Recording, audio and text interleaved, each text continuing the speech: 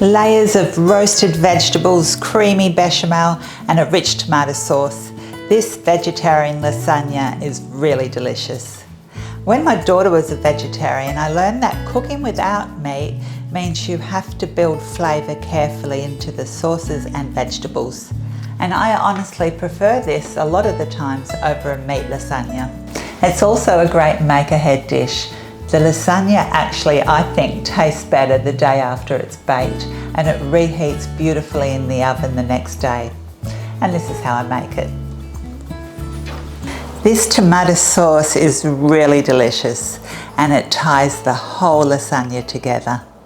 So I just place a pot on the stove and I warm it up just for a couple of minutes, just until there's a little bit of heat there and over a medium heat. Then I add 125 grams of butter. And butter gives this sauce a luxurious taste, and also it just helps mellow out the tomatoes, the acidity from the tomatoes. And once that butter is foaming, then I add 200 grams of celery that I've sort of finely diced, and that equates to 2 large sticks of celery. 300 grams of carrots, which I've diced quite small, and that's 4 medium-sized carrots. 300 grams of onions, which is like 2 large onions diced. 2 cloves, well, 2 big cloves of smashed garlic, 1 sprig of thyme, and 1 bay leaf. So I just saute these for a few minutes over a medium heat. So it's a funny thing, as soon as I add tomato puree to these vegetables, they will take ages to tenderize. And I want them quite soft because the final step in this sauce is pushing them through a fine mesh sieve. So I sweat them first. And all I do is I put a lid on the vegetables, turn the heat down to low, and let them sweat for 15 to 20 minutes until they're tender. And check on them halfway through, just in case for some reason the temperature's too high and they might be burning, but they shouldn't. These vegetables have been sweating now for about 25 minutes actually. Oh yeah, they've softened a lot. And the rest of the softening will be done because I'm going to cook this now for at least 40 minutes. But first of all, I'll add the other ingredients. So this is a 700 gram jar of passata, which is just pureed tomatoes, but you could use 2 tins of crushed tomatoes instead. 2 cups, 500 mils of water, 2 teaspoons of vegetable stock powder, 1 tablespoon of sugar. Turn up the heat and bring it to the boil. And I forgot, some pepper, as much or as little as you please. I don't add salt now because this is going to reduce, and I'll taste it for seasoning at the end. And also the veggie stock powder has salt in it. So once it comes to the boil, I reduce the heat and just leave it on a steady rolling simmer for about 40 to 45 minutes or even longer, until the veggies have softened further and the sauce is reduced. So in the meantime, I'll prepare the vegetables for the layers, and I've preheated the oven to 180 degrees Celsius with a fan, or 200 degrees Celsius without a fan. And I just love roasting the vegetables. They make such a difference to a vegetarian lasagna. And also they take the moisture out, so you're not left with a sloppy lasagna. And what I prefer other than pumpkin or anything like that for the bottom layer is sweet potato, because it really provides a good foundation, and roasted sweet potato tastes so good. I always generally roast too many vegetables because I just want to ensure I have enough for the layers. But with any leftover roasted vegetables, I just pop them into a salad or something like that. Now this big sweet potato weighs about 900 grams. And with the sweet potato, I like to cut it into like 1 centimetre slices, or maybe that's 2 centimetres. And then I just pop them all on a tray, and I just drizzle them with a little bit of olive oil and a touch of salt, just a little bit. The next vegetable I love to use is zucchini, or courgettes as they might be known elsewhere. And I just take off the end little bits And then just slice them lengthways. So I got 3 slices out of that one. So I weighed that zucchini for you and it's about 600 grams. And again, I just lay them on a paper lined tray for the oven. And this can all be done the day before you want to assemble it. And again, I'll just drizzle them with a little bit of oil, a little bit of salt. So the next vegetable I'm going to roast is some capsicums or red bell peppers. And not only do they add a delicious flavour, but they really look pretty in a vegetarian lasagna. And all I do is just keep them quite big, the pieces. And I don't like wasting them, so I just chop these little pieces off as well. So if you don't have a fan-forced oven, you'd probably have to cook each tray at once. But if you've got a fan-forced oven, you can cook a few trays at once. And then I just drizzle them with a little bit of olive oil. No need to salt them. And I'll pop all these vegetables into the oven for between 25 to 35 minutes. I'll check on them in 25 minutes. And the sauce is bubbling away lovely. Just every now and then I give it a little stir. And I actually prefer a bechamel in a lasagna over a ricotta layer because I think it's just creamy and delicious and it's really easy to make. And I wanted quite a thick bechamel, so you always have to use the same amount of butter as flour. So I'm using 150 grams of butter. So I'll just melt the butter over a medium heat. And once that butter is foaming, then I add the same quantity of flour, which is 150 grams of flour.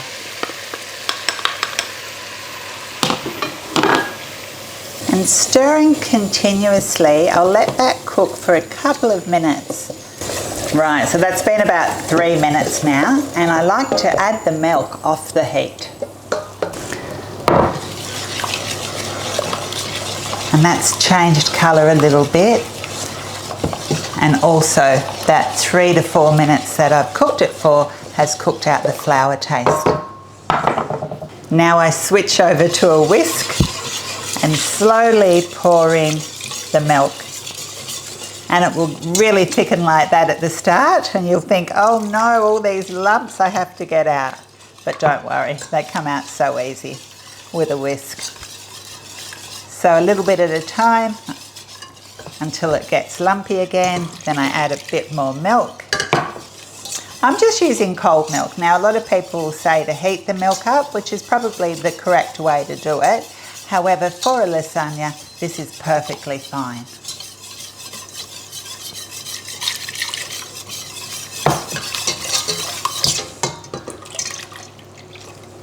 And that was 1 litre of milk, which is 4 cups.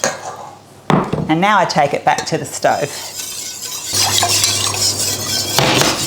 And I put the stove on a medium heat and continuously whisk this, and this doesn't take long now because the milk's warmed up already,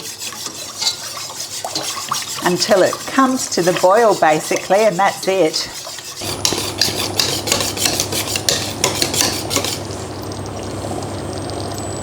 And as soon as you see that first bubble, you can turn it off. It's ready. However, at this stage it tastes really bland. So I add a good teaspoon of salt. Optional, but I like a bit of black pepper in it.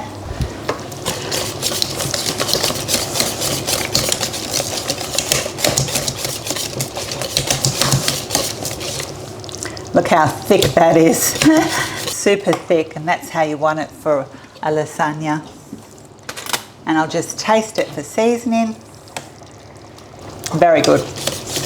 Maybe I added a bit too much salt, to be honest, but it'll even all out. Yum.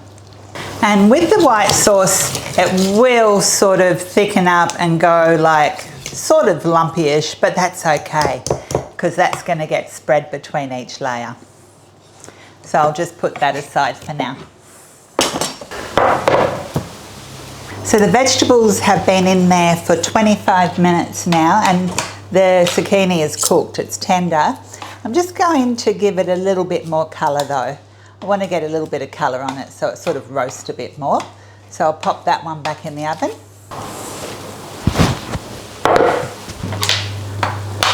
The capsicums, probably another 10 minutes or so, but they're feeling tender. And the sweet potato, super tender. See what they're looking like underneath. Yeah, I'll just get a little bit more colour on them. I'll pop them all back for another 10 minutes. So the vegetables all up have had 35 minutes and they're well and truly ready.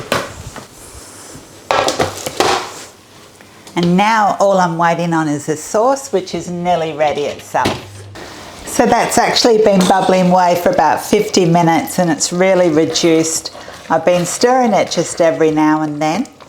And I'm just going to check to see if the vegetables are tender enough that I can squish them through a sieve. Yep, they're tender. So what I do now is I put a sieve over the bowl and I pour the tomato sauce into the sieve. I'll do half at a time and I squash the vegetables down as best as I can, extracting all that flavour. And when the vegetables are dry up the top and I can't squish any more out of them, I discard them and I'll do the other half.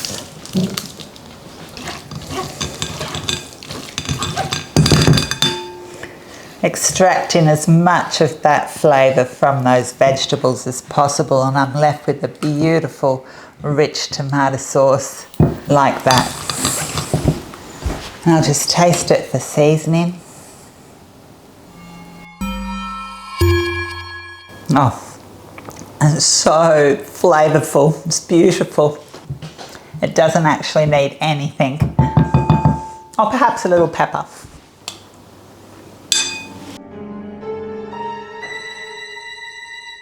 Perfect.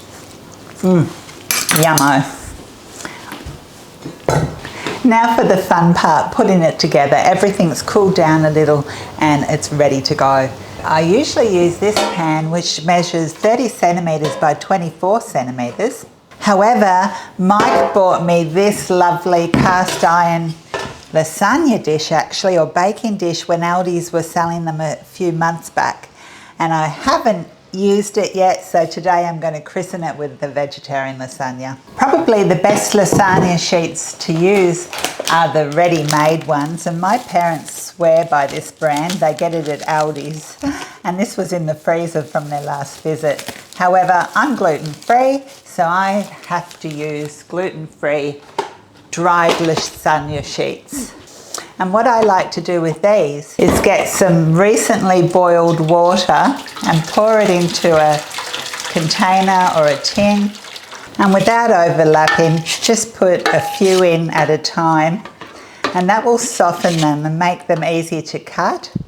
But you don't have to do that. You can just break them apart with your fingers. And with the lasagna dish, I just like to oil it lightly. Just rub a little bit of oil on the sides, on the base. And then I take just a little bit of the tomato sauce and put it on the bottom. And this will help the bottom layer of the lasagna noodles cook. Now these lasagna sheets have only been soaking for like 5 minutes, or actually probably only 3 minutes or so. But they're so much easier to cut. And as I take these ones out, I'll put a couple more in. So I just find those little corners there a little bit annoying for the sides. So I just cut the corner off one of them. One of them. Now I need half a sheet down the middle.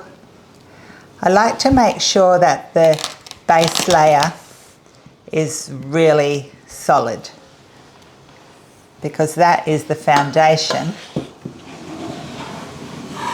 of the lasagna. And I probably could have done this a bit better actually. I haven't used this lasagna dish before, but that looks pretty good. And they will swell a little bit, these sheets, and they will cover the bottom. A little more tomato sauce, just a little, because I've got all that tomato sauce coming through from the bottom. Then the sweet potatoes. And I'll just fill any gaps with any sweet potatoes if I have any, which I've got one more piece left. And on top of that goes the bechamel sauce, which has gone really thick because it's gone cool, but that's okay. It was really thick to start with. And I'll just blob a few little blobs on that layer. And then just dip my spoon in a bit of hot water just to be able to spread it a little bit.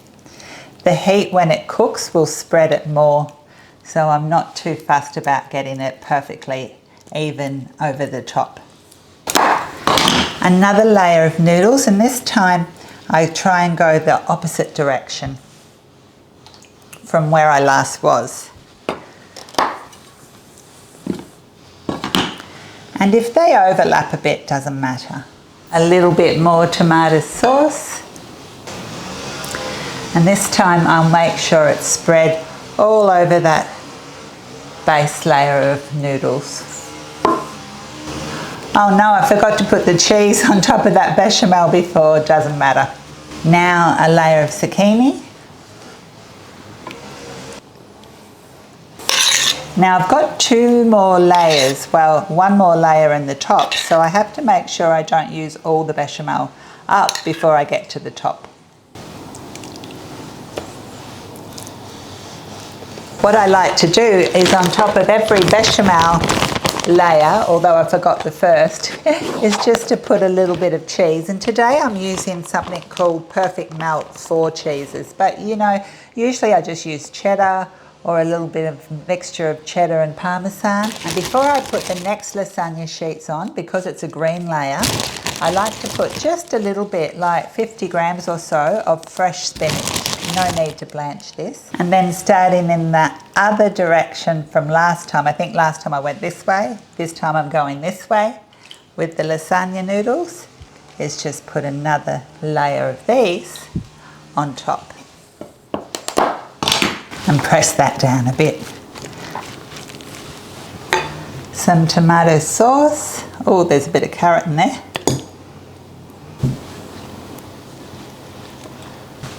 The capsicum or bell peppers. And this is such a stunning layer. I love how this tastes and looks in a vegetarian lasagna. Now, I'm running out of bechamel, so I'm just going to put tiny little blobs on this layer. Some cheese.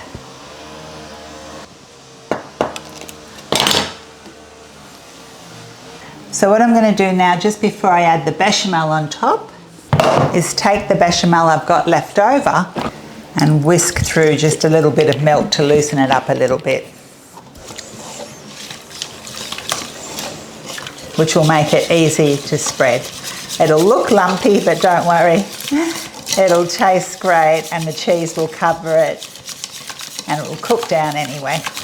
And I'll spread all that bechamel all over the top, because you want to cover the lasagna sheets, especially at the top, because otherwise they'll get crispy and crunchy, unless you like that. Some people do, but I like to cover it all completely. And the last thing that goes on is a good layer of cheese. So what I like to do now is take some aluminium foil and spray the underside with a little bit of spray oil, which I'll do away from the camera, and put this sprayed side down over the lasagna dish. Now I'm preheated the oven to 180 degrees Celsius with a fan, or 200 degrees Celsius without a fan. So this first bake with the foil, I'm going to check it in like 45 minutes, and then I'll check to see if everything's super tender, and then I'll take the foil off and finish baking it for probably about half an hour until it's golden and bubbly and delicious. And in the meantime, I've got a bit of a mess to clean up.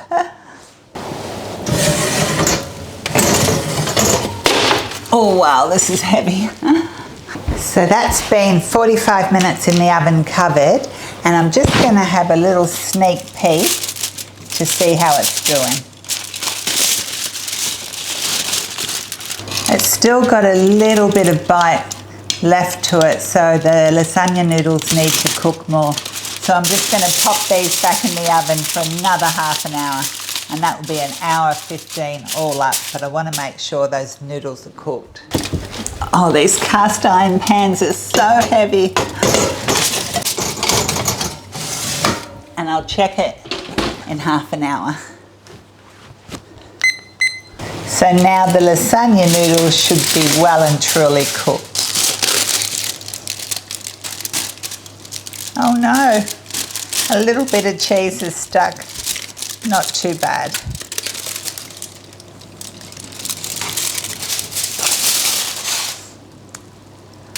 Oh yes, that's lovely now. But it did need that hour at least. I think it was an hour and 10 minutes. And now I'm just going to fill up any gaps where a little bit of cheese has come off. And this time with some Parmesan. And pop it back in the oven until it all browns up.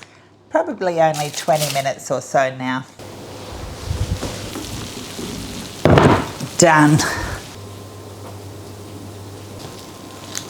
Wonderful. So what I like to do now is just to run a thin knife around the edges, which will release any cheese stuck to the edges a bit. And I'm going to let it rest for at least 20 minutes. And that will make it easier to cut a lovely slice. And I'll just use this piece of foil I used before just to loosely cover it. So that's probably been more like 30 minutes. But I'm really looking forward to having a piece. It's still really hot. Lasagnas hold their heat so well. And the first piece is always the hardest to get out. One of these ones, I think they're like a fish slider or something, is really good to use.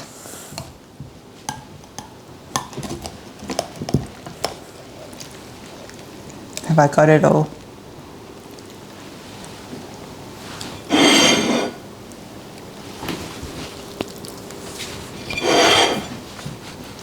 Right, looks good. I'll get the second slice out. Oh, it's a whopper of a slice. When lasagna is so fresh, it's hard to cut it small. Oh, so good.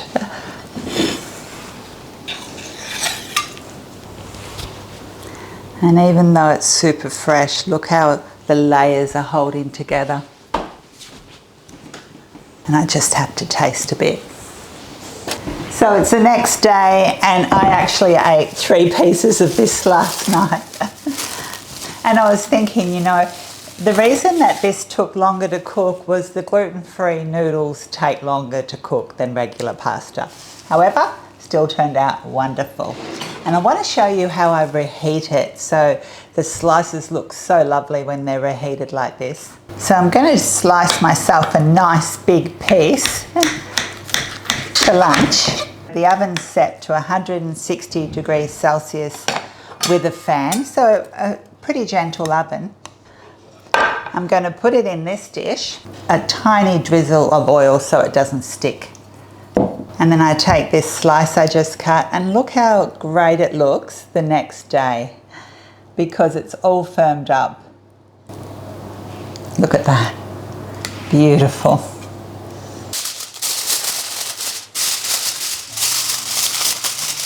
And you know another thing, this freezes beautifully. I freeze it all the time and I just cut it into slices, wrap them up individually, and the day before I want to have a piece, I just take it out and defrost it in the fridge and then do the same thing. Tent it with foil and put it into a slow oven. And look at those layers. So what I like to do, you'll probably have a little bit of sauce left over, like I did, and I just like to serve it with that little bit of sauce on the side. Makes it look a little bit more special.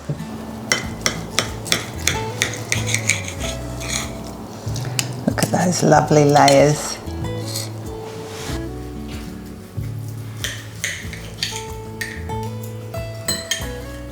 That ended up being tricky to film today. I had 3 phone calls. Mike was whippersnipping around the place.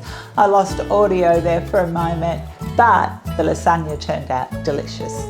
Thank you so much for watching. I hope you enjoy this one if you make it, and I look forward to seeing you again soon.